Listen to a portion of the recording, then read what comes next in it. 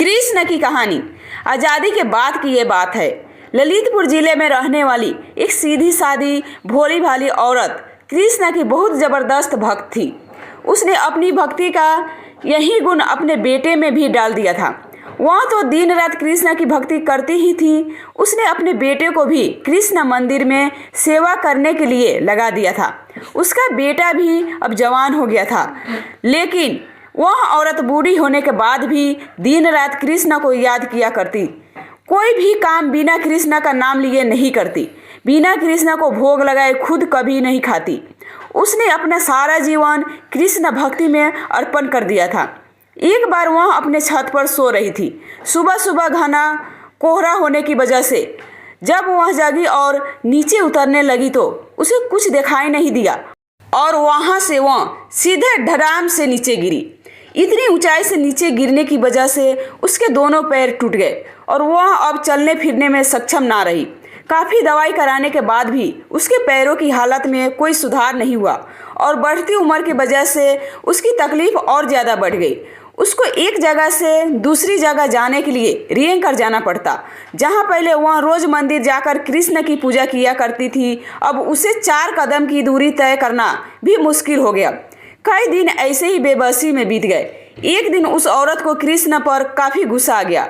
वह सोच रही थी, जिस कृष्ण के लिए मैंने अपनी सारी जिंदगी खपा दी, उसने मुझे चलने लायक भी नहीं छोड़ा। अपने भक्तों के साथ कोई ऐसा करता है भला?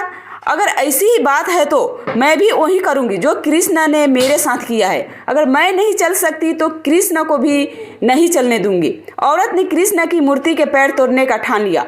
उसका बेटा खुद ही मंदिर की देखरेख करता था, इसलिए मंदिर की चाबी भी उसी के पास रहती थी। एक दिन सवेरे सवेरे बेटे के उठने से पहले औरत ने उसके तकिए के नीचे से मंदिर की चाबी निकाली।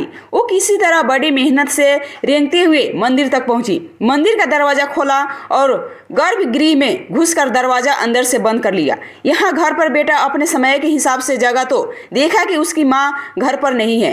फिर उसने मंदिर जाने के लिए चाबी ढूंढी, तब चाबी नहीं मिली तो वह दौड़कर मंदिर तक पहुँचा। उसे लगा कि जरूर किसी चोर ने उसकी चाबी चुरा ली है और वह अब कृष्ण के मूर्ति पर लगे सोने चांदी के जेवर चुरा रहा होगा, इसलिए गर्भगृह का दरवाज़ा अंदर से बंद है। काफ़ी देर तक दरवाज़ा खटखटाने के बाद जब अंदर से दरवाज़ा खुला तो बेटा और वह सभी लोग जो वहाँ पर इकट्ठा हो गए थे यह देखकर हैरान रह गए कि जो बूढ़ी औरत पहले ठीक से खड़ी भी नहीं हो पाती थी, वह एकदम स्वस्थ और अपने दोनों पैरों से चलकर गर्भगृह से बाहर आई। सभी के पूछने पर उस औरत ने अपने साथ घटित हुए इस चमत्कार के बारे में बताया कि कैसे उसने अपने भगवान से गुस्सा होकर सिलबट्टे से उनकी मूर्ति के पैर तोड़ने का प्लान बनाया और उसके लिए उन्होंने गर्भगृह में घुसकर दरवाज़ा लगा लिया। तब भगवान खुद उसके सामने प्रकट हुए और उसे रोकते हुए कहा कि आप मेरे पैर मत तोड़िए, इससे अच्छा है मैं आपके पैर जोड़ देता हूँ।